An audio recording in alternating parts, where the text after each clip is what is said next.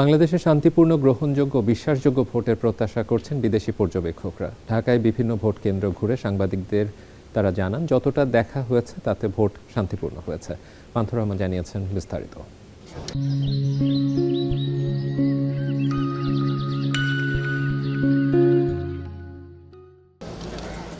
2024 সালের 5 আগস্টের রাজনৈতিক পট পরিবর্তনের পর প্রথম ভোট।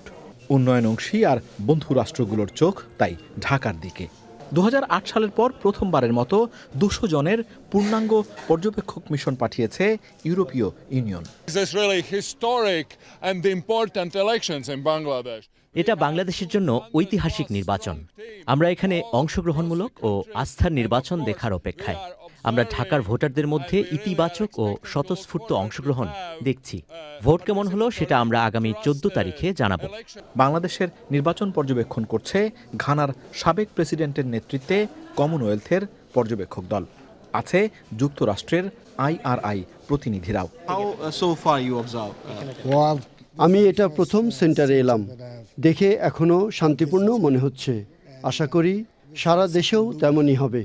এটা বাংলাদেশের মানুষের জন্য খুব গুরুত্বপূর্ণ, কারণ এর মাধ্যমে তারা তাদের ভবিষ্যৎ নেতৃত্ব নির্বাচন করবে, সেই সাথে তাদের অবস্থান জানাতে পারবে।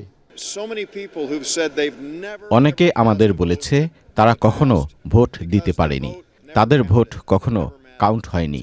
এবার তাদের ভোটও গুরুত্ব বহন করছে। ঢাকার মতো সারা দেশেও নির্বাচন শান্তিপূর্ণ ও সবার কাছে গ্রহণযোগ্য হবে বলে আশা করেন পর্যবেক্ষকরা।